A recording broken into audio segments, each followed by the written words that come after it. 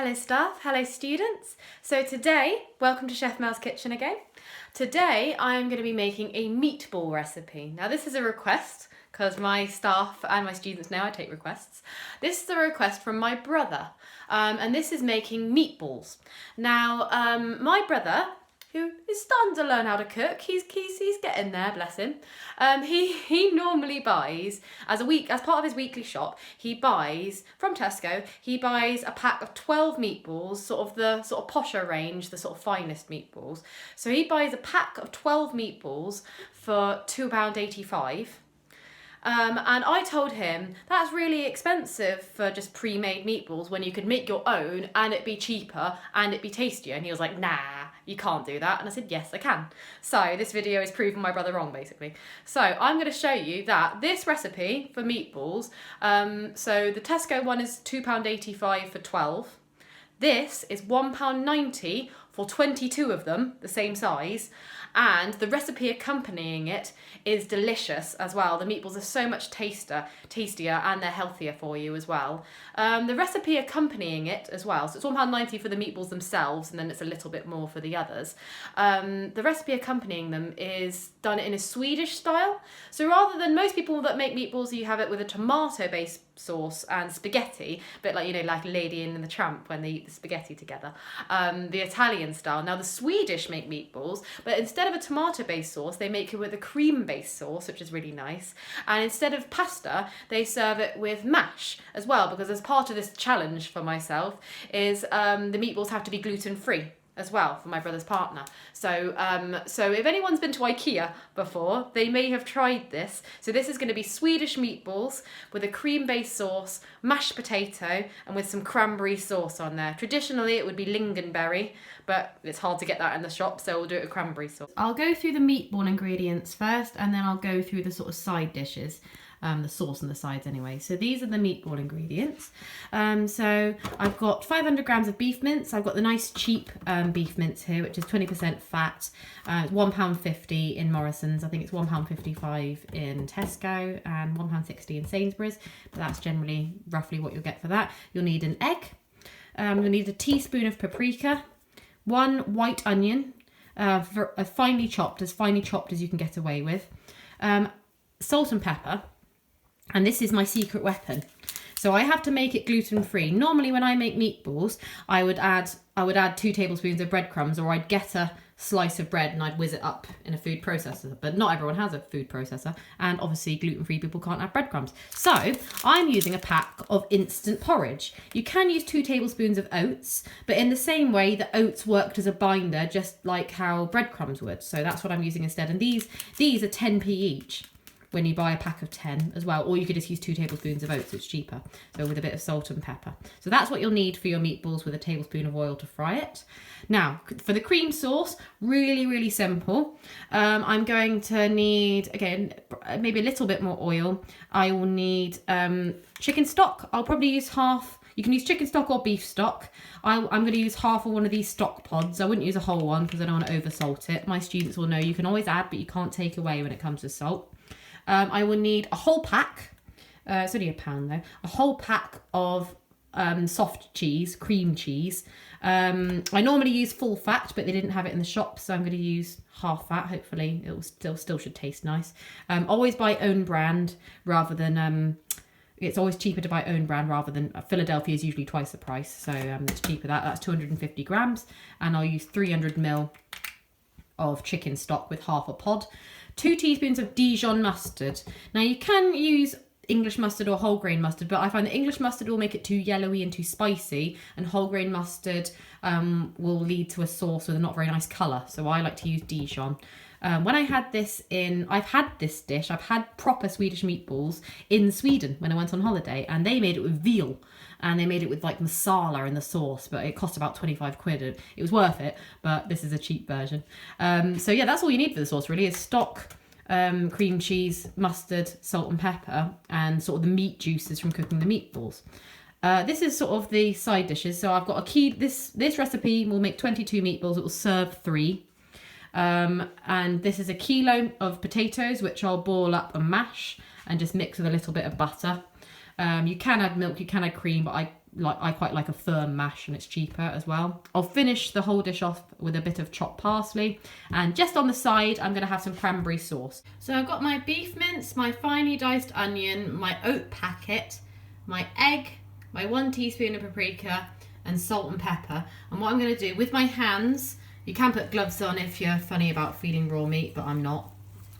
You need to get all this combined together until it's as smooth, until everything is really nicely combined, basically. Get a scale to hand, and we're going to weigh these to 30 grams, those small meatballs. Oh, that's too big. So I would say, sort of OCD wise, you want anything between 28 to 32, so that's 32. And once you've got that, if you see what I'm doing with my hand, you see it's it's sort of bound nicely together. So you've got the egg, you've got the oats, and you've got the onions. And you're just going to do that until you've used all your mix up. 22 perfectly formed meatballs.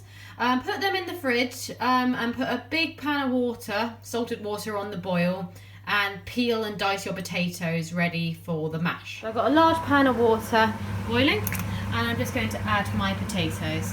I've also got a large frying pan, sort of a slightly deep frying pan, which I'm going to put on a high heat with a tablespoon of just olive oil. It can be vegetable oil. And I'm going to get that on a high heat. And what I'm going to do, in 2 batches, I'm just putting the potatoes in 2 batches, because the frying pan's not big enough. In 2 batches, I'm going to brown off the meatballs for 5 minutes, and then remove them to a bowl.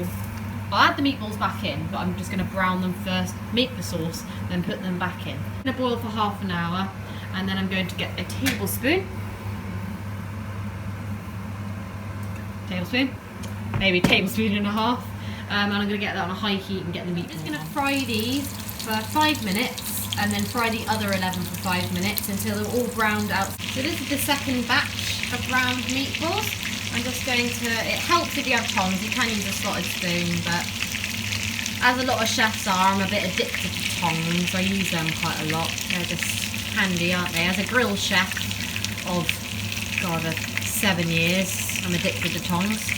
So, and then all those lovely juices, yum, look at that. Add your chicken or your beef stock. And you're just going to let that reduce down just for 2 minutes, just to get those lovely meat juices off the bottom of the pan. So now that chicken stock has reduced a little bit, you're going to add 2 teaspoons of Dijon mustard, and I'm going to add 250 grams of soft cheese. So some recipes, I'll get a spoon in a minute and make sure I've got all of it. Some recipes, classic recipes, you'll use sour cream. Some recipes you'll use double cream, but I found cream cheese is one of the cheapest ways of doing it, and you have a luxurious sauce. So let that reduce for about 3 or 4 minutes.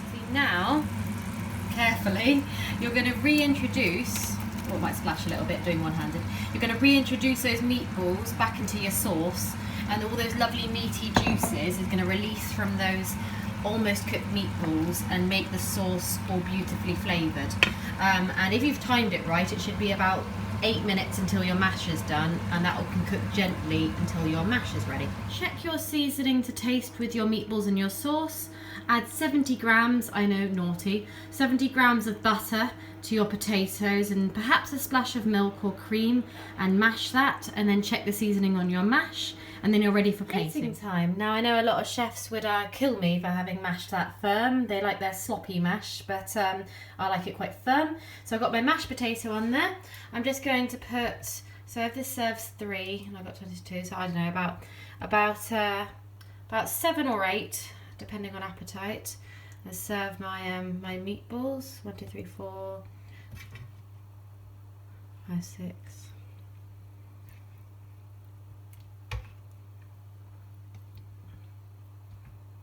7, 8. Lovely. And don't worry if the fat separates from the sauce a bit, because as you're working with cheap mince, you will find that there is more fat in it. But all you need to do is just stir it really nicely, and that way you've got something to work with. So again, so I've got some really nice of that cream mustard sauce that I'm just going to pour over now.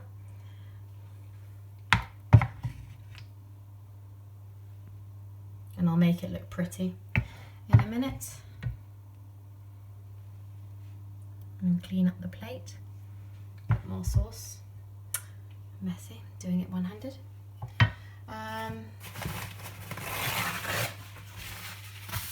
Just clean the plate, because my students will know, make sure you serve a clean plate. You can, normally my meals are a bit more veg conscious than this, but if you want to serve some broccoli with that, that's fine as well. And then, if you have a little cheeky trip to IKEA, you can get some lingonberry sauce, but I'm just going to serve this with a little bit of cranberry sauce instead, which is much more readily available, of course. A little bit there you go.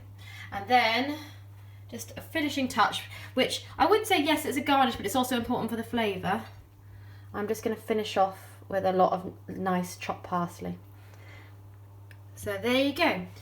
Swedish meatballs and a creamy sauce with mash and cranberry sauce.